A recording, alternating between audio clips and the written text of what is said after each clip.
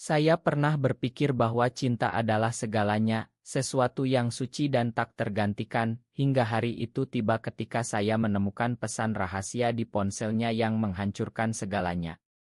"Ini hanya permainan, bro," tulisnya kepada teman karibnya, sambil menertawakan perasaan saya yang tulus. Hati saya seperti ditusuk pisau tajam, dan saat itu juga, saya memutuskan untuk pergi, meninggalkan Jakarta yang penuh kenangan pahit, tanpa sepengetahuan siapapun. Saya, Andi, seorang pemuda biasa dari keluarga sederhana di pinggiran Jakarta, selalu percaya pada cinta sejati. Sejak kecil, saya tumbuh di lingkungan yang penuh norma tradisional Indonesia, di mana perasaan seperti milik saya harus disembunyikan rapat-rapat. Tapi ketika bertemu dengan Rian, segalanya berubah. Dia adalah cowok tampan dari keluarga kaya, dengan senyum yang bisa melelehkan hati siapa saja. Kami bertemu di sebuah kai kecil di Tamrin saat saya bekerja paruh waktu sebagai barista. "Kopi susu gula aren, tapi jangan terlalu manis ya, seperti senyummu," katanya pertama kali, dan dari situ percakapan kami mengalir seperti sungai Ciliwung yang tenang. Dalam hati saya bertanya-tanya, apakah ini benar? Apakah saya layak untuk dicintai seperti ini? Rian selalu bilang dia mencintai saya apa adanya, meski kami harus sembunyi-sembunyi dari keluarganya yang konservatif. "Kita akan bahagia, Andi. Suatu hari kita bisa bebas," janjinya sering kali membuat saya bermimpi. Tapi di balik itu ada keraguan yang menggerogoti. Mengapa dia selalu menghindari pertemuan di depan umum? Mengapa pesan-pesannya kadang dingin seperti angin malam di Monas? Saya mengabaikannya karena cinta membuat saya buta. Malam itu setelah shift kerja, saya pulang ke apartemen kecil kami. Rian sudah tidur, ponselnya tergeletak di meja. Sebuah notifikasi menyala, dan rasa penasaran memaksa saya membukanya. Pesan dari temannya, "Haha, kamu masih main-main sama si Andi. Kapan berhenti?" Balasan Rian, "Ini cuma bro. Dia gampang dibohongi." Dunia saya runtuh. Bagaimana bisa? Saya yang telah memberikan segalanya, termasuk meninggalkan pekerjaan tetap demi mendukung mimpinya sebagai pengusaha muda. Air mata mengalir tanpa suara, dan dalam hati, saya berteriak, mengapa aku begitu bodoh? Mengapa aku percaya pada janji-janji kosong? Saya bangun pagi-pagi buta, mengemasi barang-barang saya dalam diam. Rian masih mendengkur, tak sadar akan badai yang sedang terjadi di dada saya. "Ini akhirnya," gumam saya pada diri sendiri. Saya meninggalkan catatan singkat, "Cinta hanyalah permainan bagimu. Selamat tinggal." Pintu apartemen tertutup pelan, dan saya melangkah ke jalanan Jakarta yang masih sepi. Hujan mulai turun, seolah langit ikut menangis. Di mana saya harus pergi? Keluarga saya di kampung tak akan mengerti orientasi saya, mereka masih berharap saya menikah dengan gadis desa. Teman-teman, mereka tak tahu rahasia ini. Dalam kebingungan, saya ingat satu nama, Aisal. Dia adalah musuh bebuyutan Rian sejak kuliah, saingan bisnis yang selalu diceritakan Rian dengan nada benci. "Dia licik, Andi. Jauhi dia," kata Rian dulu. Tapi sekarang, entah mengapa, saya merasa perlu bertemu dengannya. Mungkin untuk balas dendam. Atau sekadar mencari tempat berteduh. Saya naik kereta ke Bandung di mana Aisal tinggal. Perjalanan itu penuh gejolak batin. Apa yang aku lakukan? Ini gila, pikir saya berulang kali. Tapi hati yang hancur membuat saya nekat. Sesampainya di Bandung, udara dingin menyambut. Saya hubungi Aisal melalui media sosial, mengatakan saya butuh bicara. Tak disangka dia balas cepat, "Datanglah ke kai saya di Dago." Saya tiba di sana, tubuh gemetar. Aisal, pria berusia 28 tahun dengan mata tajam dan sikap tenang, menyambut saya dengan senyum tipis. "Andi, apa kabar? Duduk dulu. Kami bicara panjang lebar." Saya ceritakan semuanya, air mata tak tertahankan. Rian memang seperti itu. Dia main-main dengan hati orang, katanya pelan, tangannya menyentuh bahu saya sekilas, memberi rasa aman yang aneh. Malam itu, Aisal ajak saya makan malam di rumahnya. Bukan rumah mewah, tapi nyaman dengan sentuhan Jawa Barat. Kamu bisa tinggal di sini sementara, tawarnya. Saya ragu, tapi tak punya pilihan. Dalam hati, saya bertanya, apakah ini jebakan? Apakah Aisal hanya ingin memanfaatkan kelemahan saya untuk menyakiti Rian?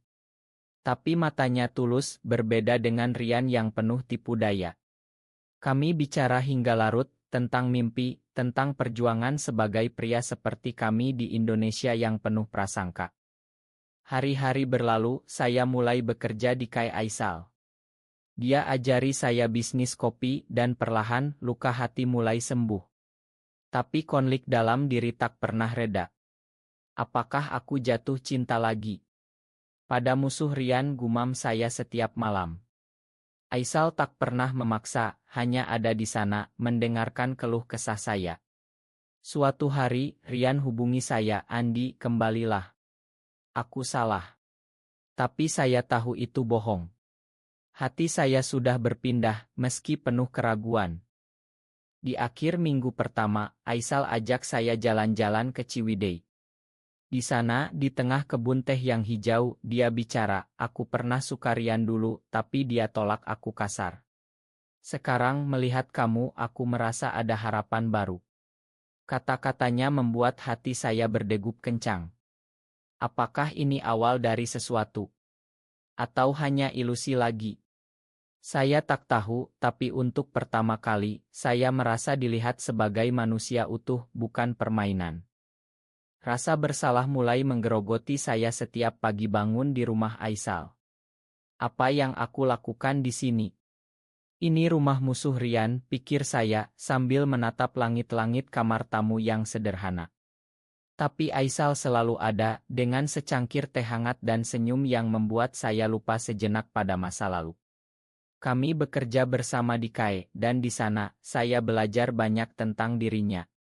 Aisal bukan seperti yang diceritakan Rian, dia pekerja keras, pernah kehilangan orang tua dalam kecelakaan, dan berjuang sendirian membangun bisnis kecilnya. Hidup ini keras, Andi. Tapi kita harus bertahan, katanya suatu sore, saat kami tutup KAE.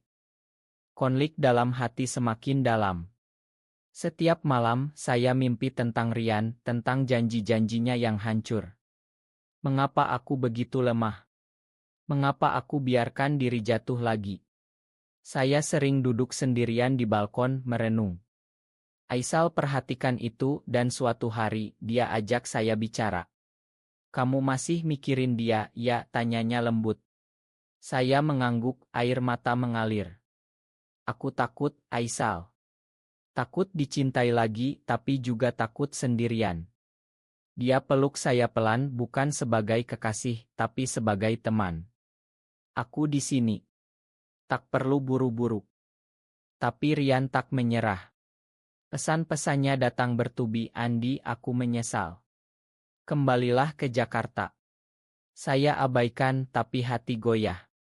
Apakah dia benar-benar berubah? Atau ini hanya trik?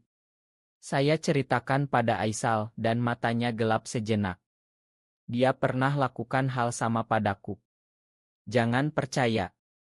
Kata-katanya membuat saya ragu lebih dalam. Di satu sisi, saya ingin percaya pada Aisal, tapi di sisi lain, kenangan dengan Rian masih membara. Suatu hari, Rian datang ke Bandung. Dia muncul di KAE, wajahnya pucat. Andi, bicara sebentar. Aisal tegang, tapi biarkan kami bicara di belakang. Rian bilang, aku tahu aku salah. Itu hanya guyonan dengan teman. Aku cinta kamu beneran. Tapi matanya tak tulus, seperti dulu. Saya marah, cinta. Kamu anggap aku apa? Mainan. Dia pegang tangan saya, tapi saya lepaskan. Pergi, Rian. Jangan ganggu aku lagi. Setelah itu, Aisal marah besar.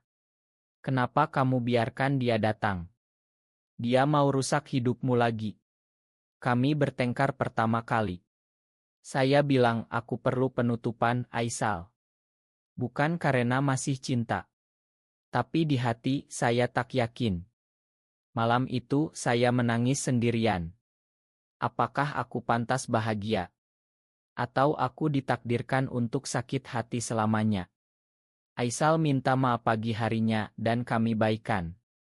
Tapi benih keraguan sudah tertanam. Perlahan hubungan kami mendalam. Aisal ajak saya ke masjid tua di Bandung di mana dia cerita tentang imannya yang goyah karena orientasinya. Di Indonesia ini kita seperti hantu. Tak terlihat tapi ada.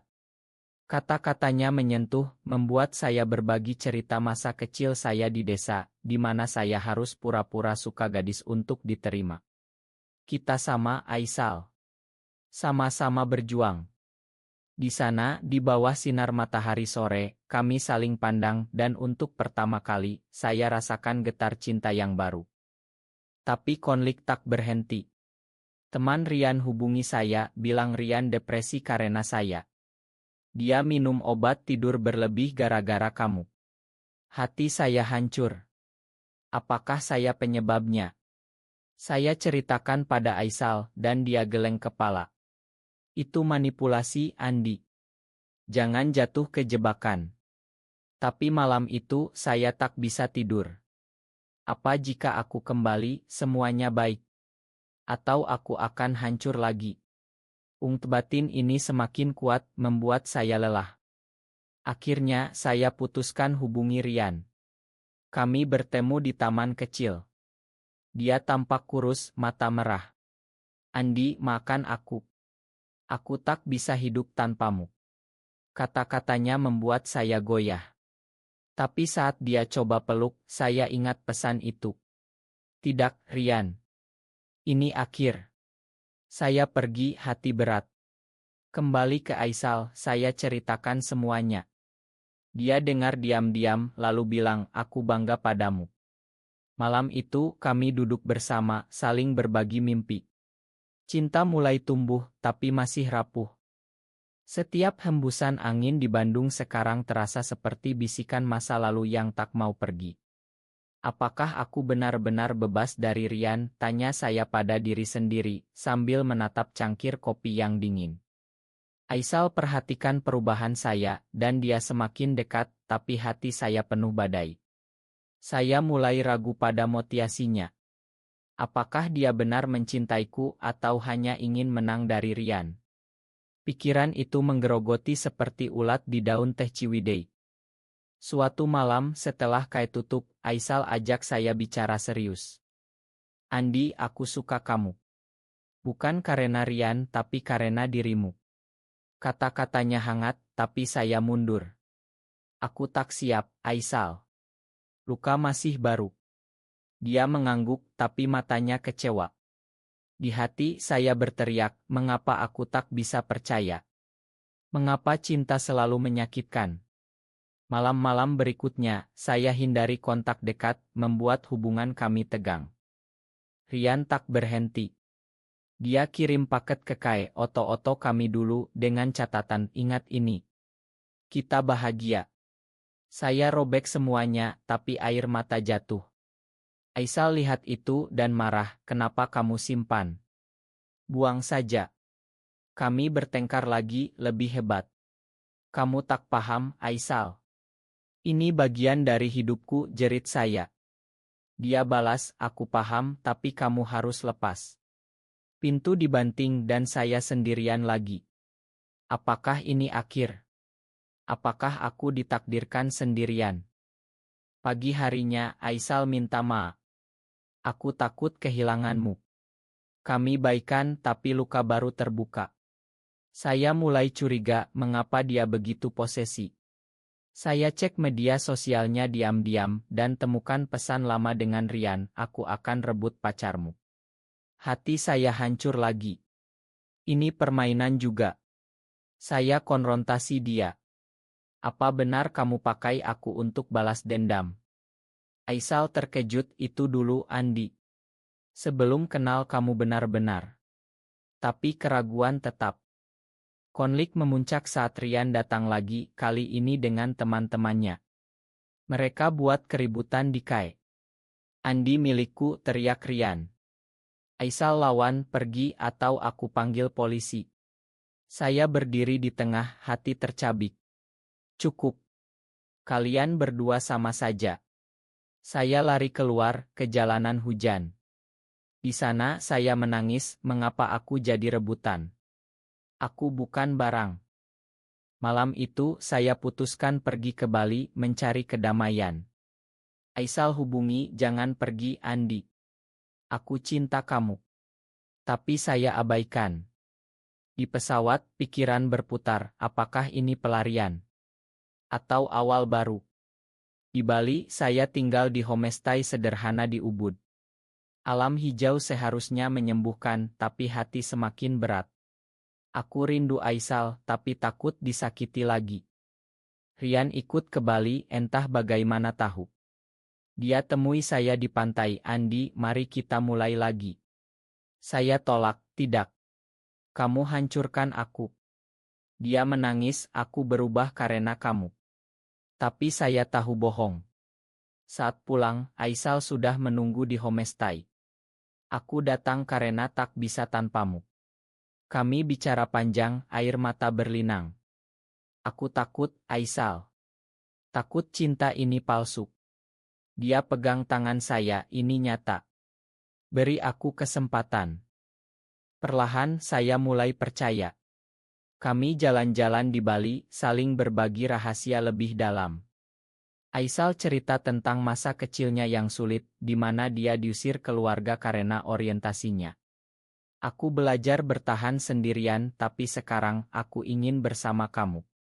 Kata-katanya menyentuh, membuat saya buka hati. Tapi masih ada bayang Rian. Apakah dia akan ganggu lagi, gumam saya. Konflik klimaks saat Rian kirim ancaman, jika bukan aku, tak ada yang boleh miliki kamu. Saya takut, tapi Aisal lindungi, kita lawan bersama.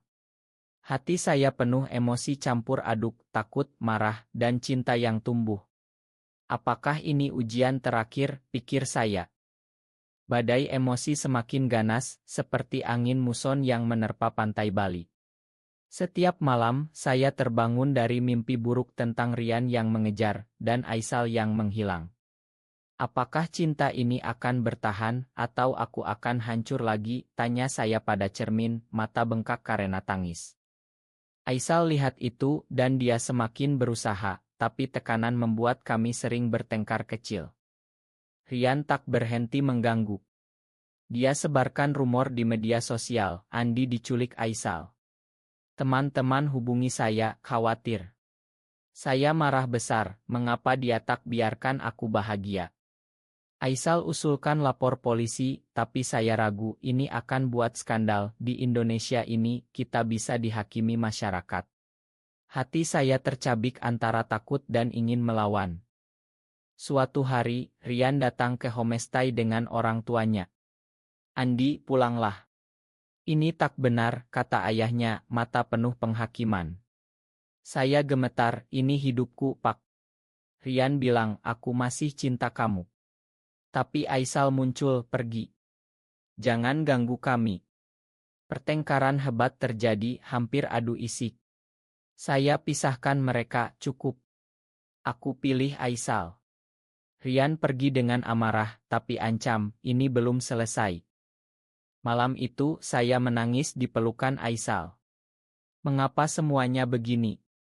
Aku lelah. Dia bisik, kita kuat bersama. Tapi di hati, saya ragu apakah dia siap hadapi ini semua. Atau aku akan kehilangan dia juga. Emosi memuncak, membuat saya depresi. Saya kurung diri di kamar, tak makan berhari-hari. Aisal khawatir, Andi bicara padaku. Akhirnya, saya buka, aku takut kehilanganmu karena Rian. Aisal ceritakan rahasia besar, dulu aku dan Rian pernah dekat, tapi dia khianati aku dengan orang lain. Itu sebab aku benci dia. Pengakuan itu menyakitkan, tapi juga menyembuhkan. Jadi kamu paham rasaku, tanya saya. Dia angguk, lebih dari itu. Aku tak mau kamu alami yang sama. Kami saling peluk, air mata bercampur. Cinta kami semakin dalam, tapi konflik luar semakin besar. Rian laporkan kami ke polisi dengan tuduhan palsu penculikan. Kami dipanggil ke kantor polisi di Denpasar. Di sana hati saya berdegup kencang. Apakah ini akhir? Apakah masyarakat akan hancurkan kami, pikir saya. Aisal pegang tangan saya diam-diam, kita ceritakan kebenaran. Polisi tanya banyak, tapi tak ada bukti. Kami bebas, tapi cap buruk menempel. Setelah itu, kami putuskan kembali ke Bandung. Di kereta saya renung, hidup ini penuh ujian. Tapi dengan Aisal, aku merasa kuat. Tapi Rian kirim pesan terakhir, aku akan hancurkan bisnis Aisal. Ancaman itu membuat kami waspada. Aisal bilang, kita bangun lagi bersama. Emosi saya campur, marah pada Rian, cinta pada Aisal, dan takut pada masa depan. Di Bandung kami diserang andal. Kaca pecah, tulisan hinaan. Saya tahu ulah Rian. Mengapa dia begini? Apa salahku, jerit saya. Aisal tenang, ini bukti dia kalah. Kami bersihkan bersama, tapi hati saya hancur. Apakah layak bertahan? Atau aku harus menyerah? Puncak emosi saat saya sakit parah karena stres. Di rumah sakit, Aisal tak tinggalkan saya. Aku tak bisa hidup tanpamu, Andi. Kata-katanya membuat saya menangis, aku juga, Aisal. Di sana saya sadar, cinta ini nyata meski penuh luka.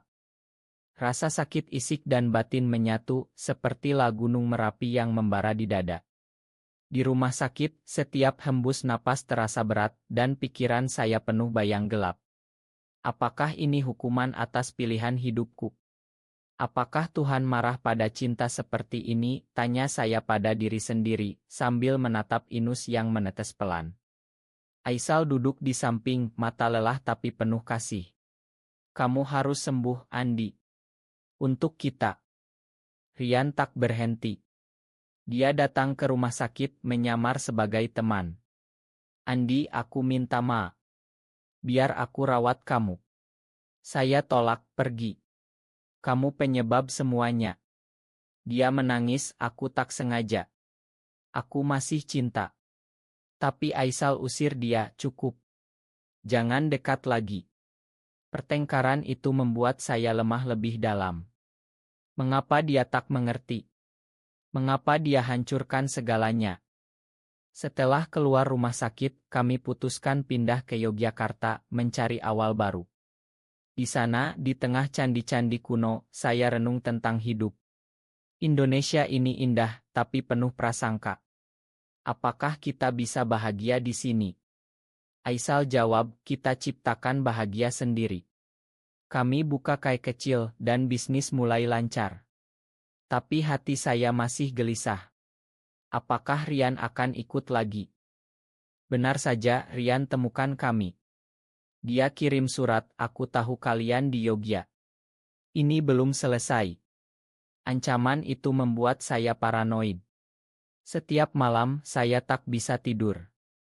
Apakah aku harus korbankan Aisal? Atau lawan sampai akhir? Emosi memuncak saat kai kami dibakar kecil-kecilan. Polisi selidiki dan bukti mengarah ke Rian. Dia ditangkap. Di pengadilan, saya bersaksi. Melihat Rian di sana, hati saya campur, kasihan, marah, dan lega. Mengapa kamu lakukan ini? Tanya saya dalam hati. Hakim vonis dia penjara ringan dan denda. Setelah itu, Rian minta maaf terakhir, aku salah, Andi. Lepaskan aku dari hatimu.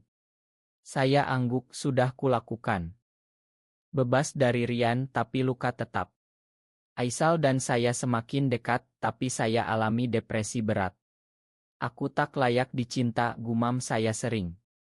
Aisal ajak terapi, dan di sana, saya buka semua, tentang masa kecil, tentang pengkhianatan, tentang cinta terlarang di negeri ini. Aku takut, Aisal. Takut masyarakat tolak kita. Dia pegang tangan, kita tak perlu persetujuan mereka. Cukup kita saling punya.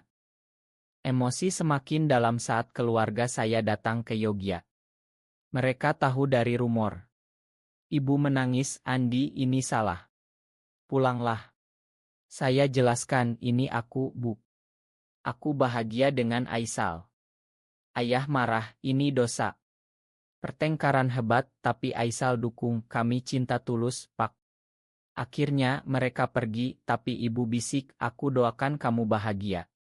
Itu cukup membuat saya menangis berhari-hari. Cinta kami diuji lagi saat Aisal sakit. Dia diagnosis penyakit kronis dari stres. Di rumah sakit, saya rawat dia, jangan tinggalkan aku. Dia tersenyum lemah, aku bertahan untukmu. Saat itu, saya sadar betapa dalam cintaku. Tanpamu, aku tak ada apa-apa. Puncak emosi datang seperti ombak Samudra Hindia yang menghantam karang, menghancurkan tapi juga membersihkan. Aisal sembuh perlahan, tapi hubungan kami berubah, lebih dalam, lebih rapuh. Apakah kita bisa bertahan di negeri yang tak paham kita? Tanya saya setiap malam, sambil memeluknya erat. Dia jawab, cinta kita lebih kuat dari itu semua. Rian keluar penjara, tapi dia berubah. Dia hubungi, aku minta maaf sungguh-sungguh. Aku akan pergi jauh. Saya percaya kali ini karena matanya berbeda. Semoga kamu bahagia, Rian. Penutupan itu lega, tapi juga menyakitkan. Mengapa harus melalui semua ini untuk belajar, renung saya. Keluarga saya datang lagi, kali ini dengan hati terbuka. Ibu bilang, aku lihat kamu bahagia. Itu cukup. Ayah diam tapi angguk. Rekonsiliasi itu membuat air mata mengalir tak henti. Akhirnya aku diterima, pikir saya, hati penuh syukur. Bisnis kami berkembang menjadi tempat aman bagi komunitas di Yogya. Kami bantu orang lain yang seperti kami berbagi cerita. Hidup ini perjuangan tapi cinta menang, kata Aisal di acara kecil. Saya bangga padanya dan pada diri sendiri. Tapi ujian terakhir datang saat Aisal ajukan lamaran. Di bawah bintang-bintang Prambanan dia berlutut, Andi, maukah kamu jadi pasanganku selamanya? Hati saya meledak, bahagia, takut, cinta. Ya, Aisal. Selamanya. Kami peluk, air mata bahagia. Kini kami hidup tenang, meski tantangan masih ada. Cinta bukan permainan, tapi komitmen. Di Indonesia yang berubah pelan, kami jadi harapan bagi banyak orang. Aku pernah hancur, tapi bangkit karena kamu, bisik saya padanya setiap malam. Hidup ini indah, penuh makna.